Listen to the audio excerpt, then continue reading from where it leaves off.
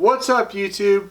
Hey, it's Steve from Fishy Face Aquatics. I'm here with my assistant and daughter, Gianna, and she has a message for you before I get going.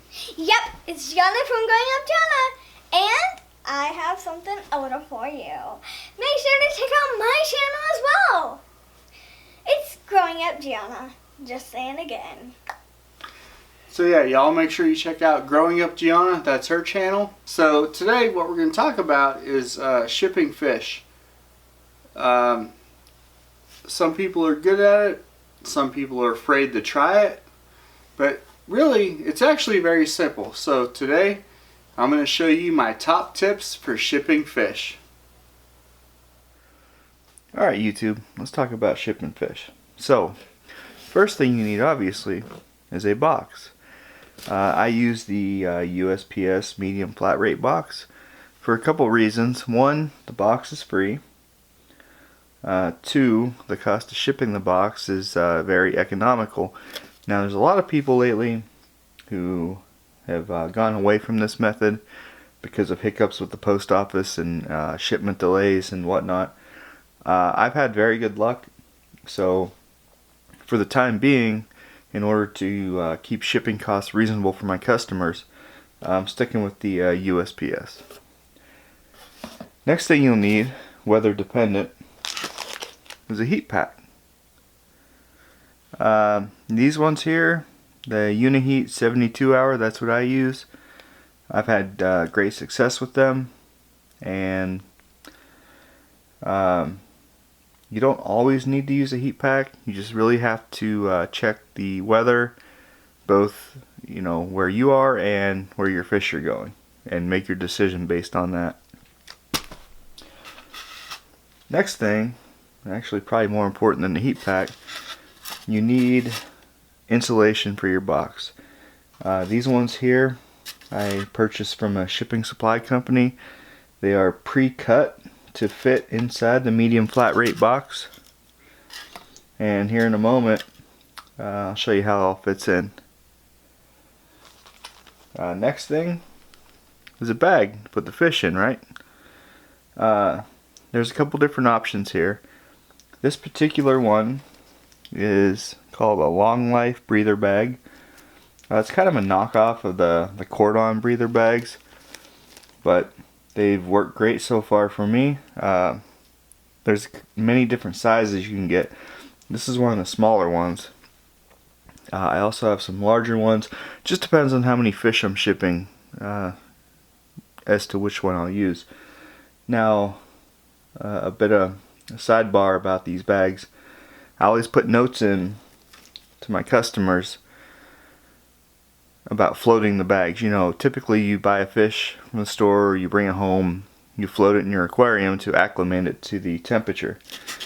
These bags, you can't do that, because what it does, they're called breather bags because they're able to expel CO2 and draw oxygen in through the bag itself. So what happens is, if you float these in your aquarium, you could potentially suffocate your fish. And we don't want that. Alright, so let's get into how we actually pack them up.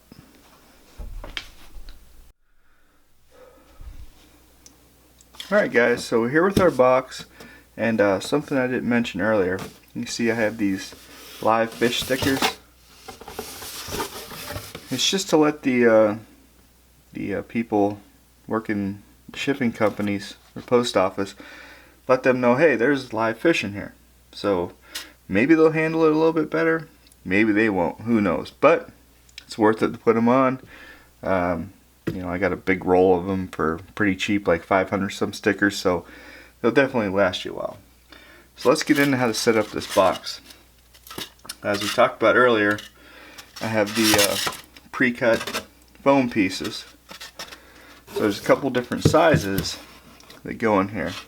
So this large one is going to go in the bottom, just like that. Then you have some longer ones which go in the long side of the box. Now, if you might notice, let's see if I can get this on camera, there's that little gap right there. And the reason that gap is there is so the other one, for the short side of the box, can slide in there, and they all kind of interlock together. So let's keep going around, putting our pieces in.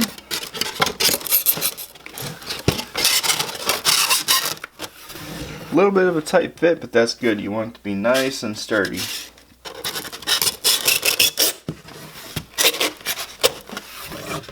There. So we got the bottom and the 4 sides in, and this serves 2 purposes. 1, it insulates the box, and 2, it actually makes it a bit stronger, weight pushing down on it to prevent it from damaging the box. Now the last piece, the last large piece, which is the same size as the bottom piece, goes on top once you get everything packed in, just like this. That kind of caps it off, but we'll come back to that once we actually get everything packed up.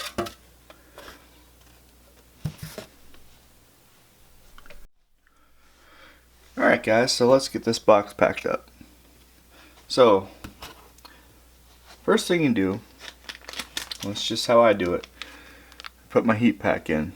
Now I'd open this up and show you, but as soon as I open it, it's going to activate it. And they're a little bit pricey, so I don't want to do that. So we're going to simulate. But when you actually have the packet open, there's a side that has a red stripe that runs lengthwise down the middle. That's the side you want facing up. Also, some people wrap them in either newspaper or like a brown sandwich bag. I haven't had any issues, but there's nothing wrong if you do. So put this in at the bottom, red stripe facing up. Now what I like to do is I use some of this stuff called polyfill. It's like stuffing for pillows or stuffed animals or whatever. I put a decent amount of that on the bottom to kind of provide additional insulation and give some buffer room between the heat pack and your fish. So once I have some of that at the bottom, then I'll take my fish, which there's no fish in this bag, it's just simulation, but it does have water in. Some people use rubber bands. I prefer to heat seal.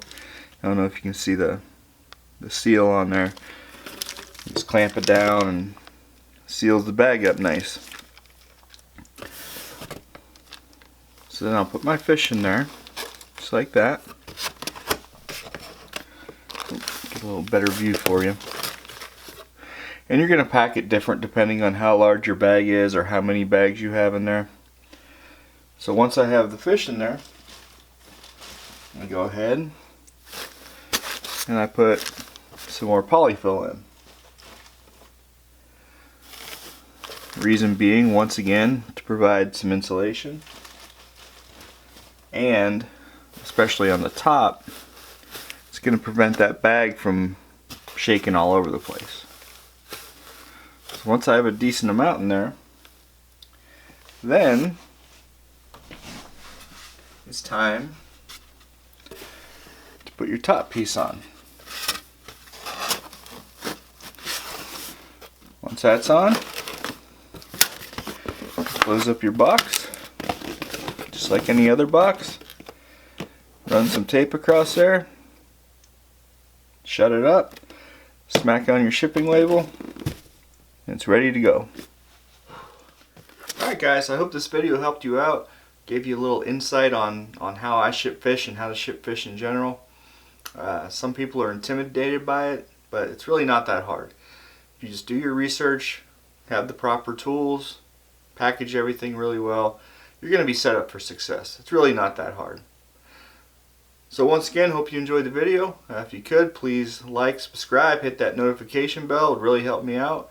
And I look forward to all the updates I have coming your way. We have lots of stuff planned. So stay tuned, and thanks for watching.